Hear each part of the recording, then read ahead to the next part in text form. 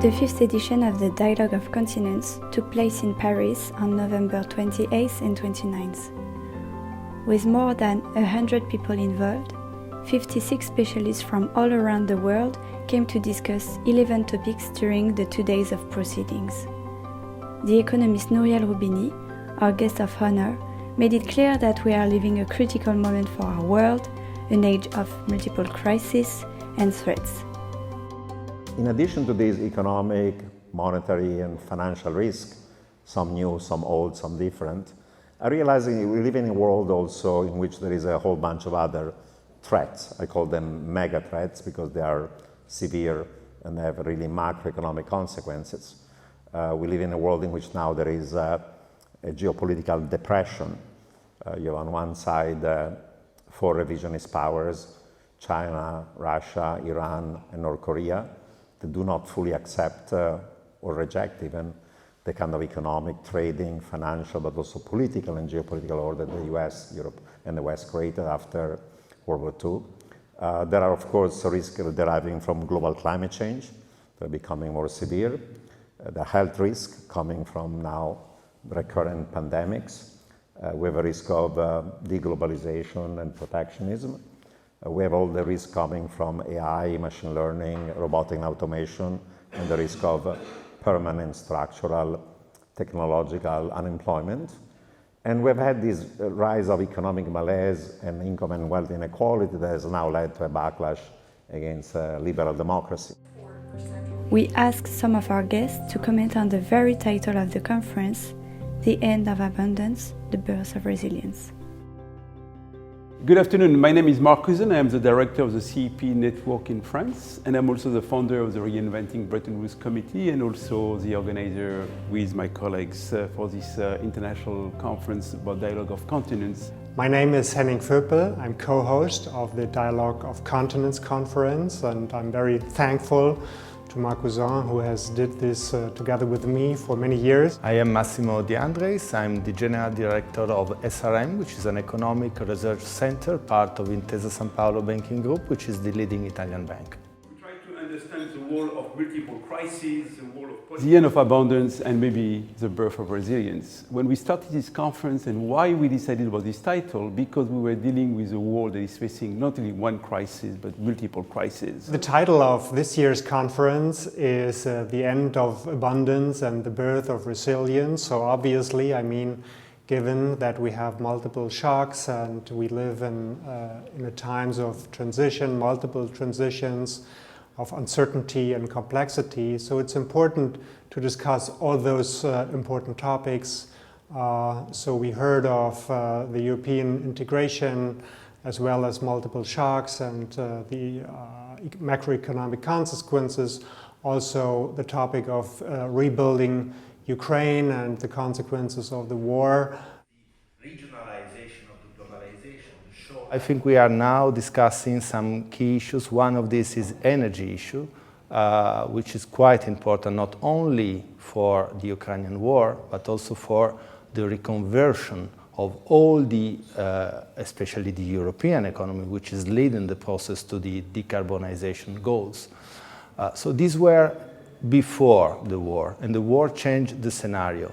So one key point, I think, is to look not only at the problems we have in Europe, but at the broader context. And for example, at the Mediterranean area, the South Mediterranean is quite important for Europe to search for a new partnership also in the energy sector. And I realized that multilateralism was key and was critical to manage not only crises, but being able to weather vulnerability in the international financial system and to bring the international community together. Unfortunately, today I'm quite disillusioned because there is no international community as we knew it. Disillusions because we can clearly see the divide between the North and the South.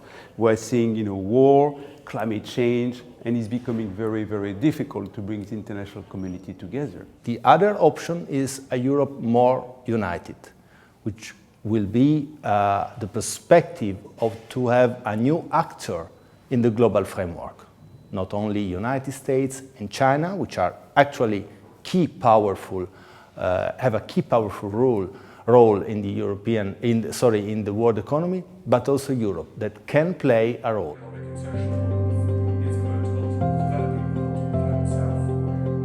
Didier Borowski, head of macro policy research at the Amundi Institute. I am Boris Vujcic. I'm the governor of the Central Bank of Croatia. My name is Marc Galstyan. I'm the governor of the Central Bank of Armenia. So it's a matter of fact, it's the end of abundance. I mean, it's the end at least on 3 points. It's the end of cheap goods, because we are entering in a new era of globalization. It's not a pure deglobalization, but at the end of the day, you know, it's all about the reshoring, friendshoring. We will need to relocate some production processes closer to our borders. It's also the end of cheap energy. And basically what the war in Ukraine shows is that you know, fossil fuel prices will probably stay elevated for a while, even after the war in Ukraine. It is the end of cheap money. So interest rates are rising, central banks are normalizing their monetary policies after a decade of ultra-cheap money and an expansion of central banks' balance sheet. As a result, both nominal and real interest rates are trending higher, and basically that should encourage, I would say, consumers to spend less. Saying all that, my main point is that developing world or the emerging markets have learned their lessons from 1990s and 2000s, and they are much better equipped to deal with this type of crisis now than before. We're discussing a phenomena of uncertainties and non-linearities around the world, coming from geopolitics and economics at the same time. So we're in a very interesting juncture of the history. The world is getting into a situation where a part of the world will see the recession, probably Europe, maybe we are already in a recession. The inflation is the other problem. I mentioned in the morning that we do expect to have a higher inflation for a longer period of time, but not to the extent that we had in the 70s, when we really faced a deep stagflation, in a sense that the GDP contracted by 8 percentage points as a response to the first oil shock, and the inflation rate was higher than it is now. For the medium run, I think the risks prevail in the sense of deglobalization processes, which might cause further price pressures going forward. Nothing can be done only with public money. It has to be done also with private money. So it should be also the end of excess savings. Savings must be channeled toward new projects in order to finance the energy transition, which is probably the biggest challenge at a global level that we have ever seen. My name is Peter Frankopan. I'm Professor of Global History at the University of Oxford, and I'm Professor of the Silk Road Studies at King's College at Cambridge. I'm Edoardo Secchi. I'm President of Italy-France Group and Club Italy-France. I work since 30 years in economic development and cooperation between Italy and France. My name is Henri de Grossouvre. I am a director for Foresight of SUEZ Group, which is a French leading group, second worldwide in environment services, mainly water management and waste management. I'm Oded Galor. I'm an interdisciplinary scholar, a researcher in the field of economic growth, macro history, cultural evolution, and the mathematical field of discrete dynamical system. I'm here at this conference on the end of abundance and the age of resilience, and it's quite a good time to be talking about both of those. I think everywhere we look around the world, there are potential challenges coming towards us, not only to do with the economy, but also to do with society and politics and culture as well. How we can move forward and give solution all to the, not only also institution, public institution like politics or governments, in order to try to resolve the important and unfortunately the crisis that we are experiencing now. I had the pleasure yesterday to chair the panel discussion on the end of abundance with three eminent debaters.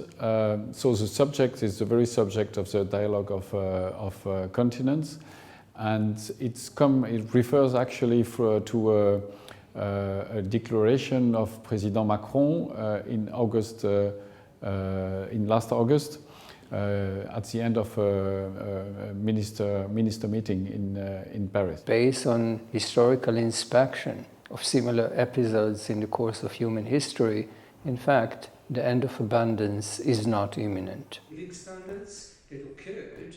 Yes, we are facing incredible challenges at the moment. First, in the context of the energy crisis, in the context of the invasion of Russia into Ukraine, and of course the environmental and climatic crisis that is looming in the horizon.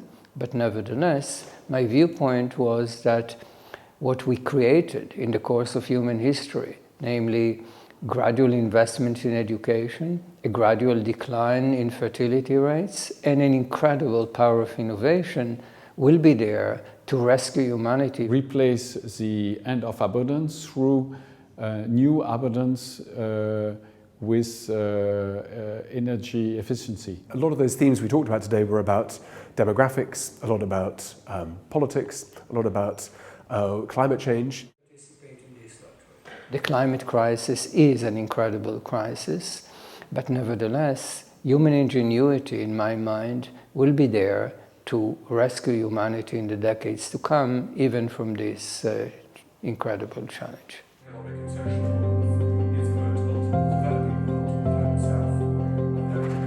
I'm Ariel Cohen. I am with the Atlantic Council in Washington, D.C., a big think tank. I'm a senior fellow there, working on Ukrainian and former Soviet issues, especially Central Asia. My name is Otilia.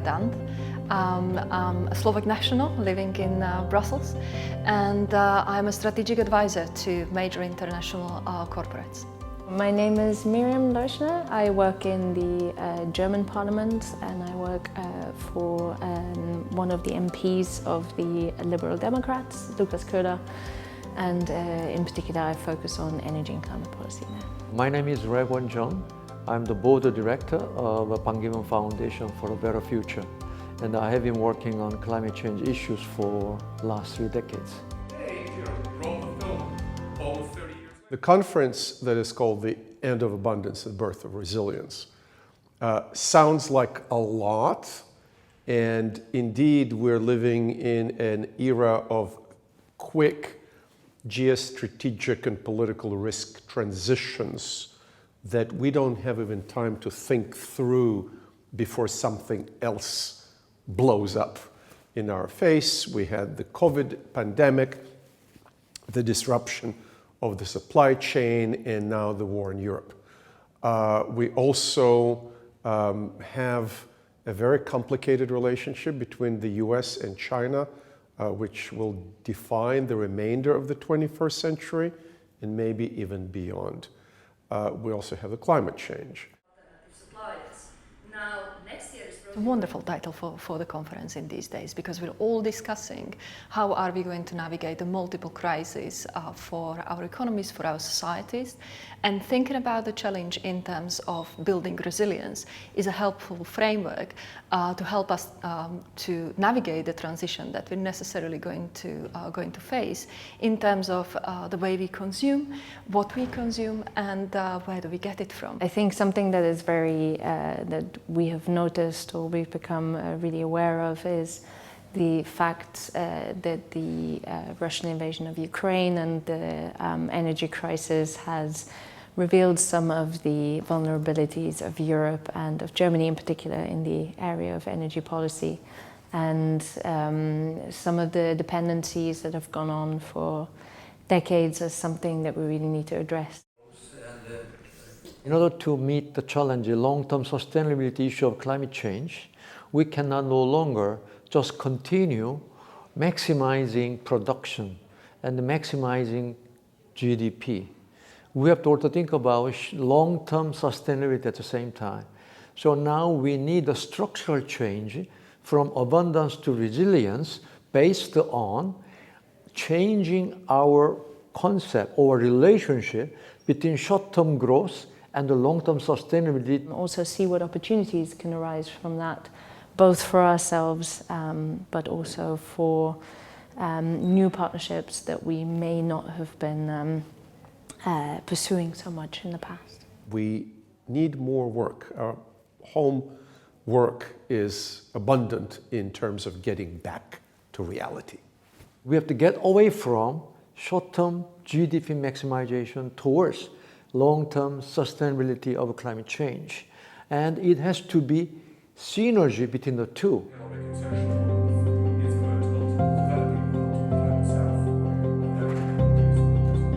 My name is Lisa Curtis, and I'm the director of the Indo-Pacific Security Program at the Center for a New American Security. My name is Yerjan Satibayev. I'm the director of IWEP, Institute of World Economy and Politics.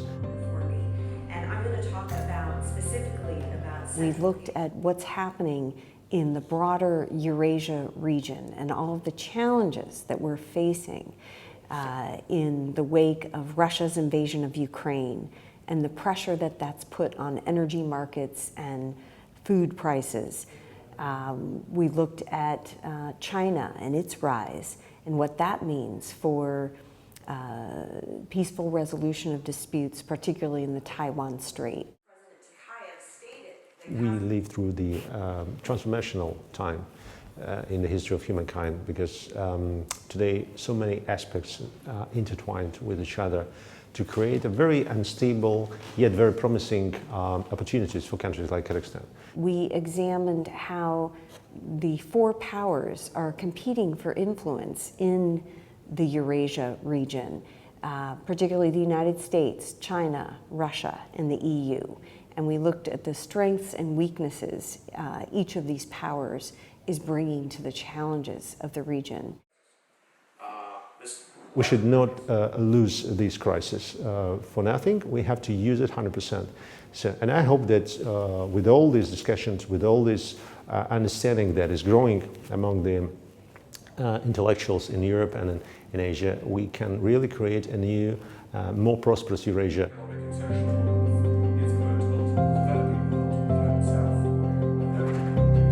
My name is Yves Leterme. I'm the former Prime Minister of Belgium. My name is Angela Kane, and I have been a long-time senior diplomat at the United Nations, and I left the United Nations a couple of years ago, installed myself in Europe, and I've been working very much with one of the organizations that is sponsoring this organization as well, and that's the Global Alliance of Leaders. I'm Jonathan Granoff. I serve as the president of the Global Security Institute.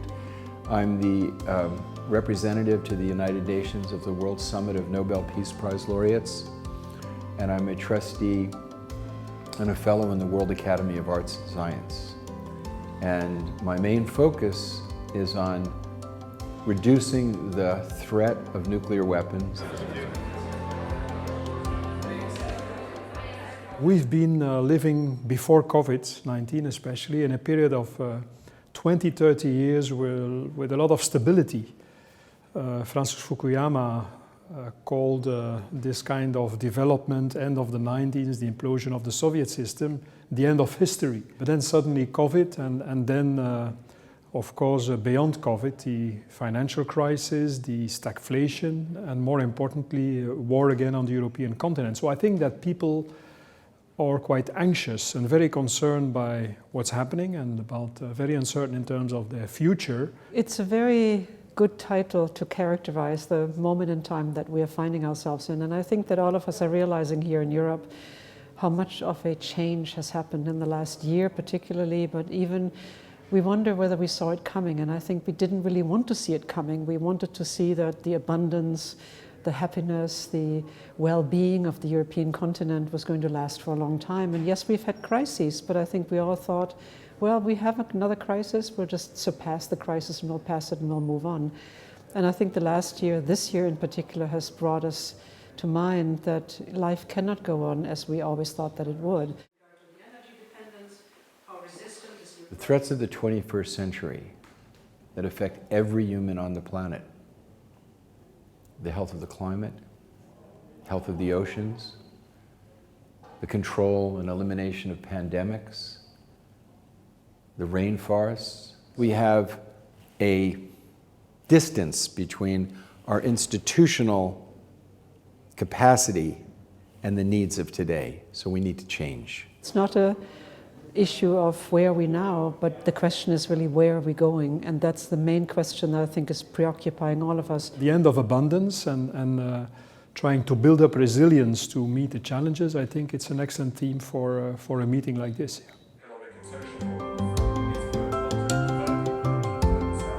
What can we do? A lot of people today, for the course of this conference, were quite gloomy and pessimistic. But maybe there is hope. So yes, gloomy for the short term, but optimistic for the long term. And I hope that the next generation can take over this dialogue of continents, because at the end, one planet and common solutions and common public good. Thank you very much.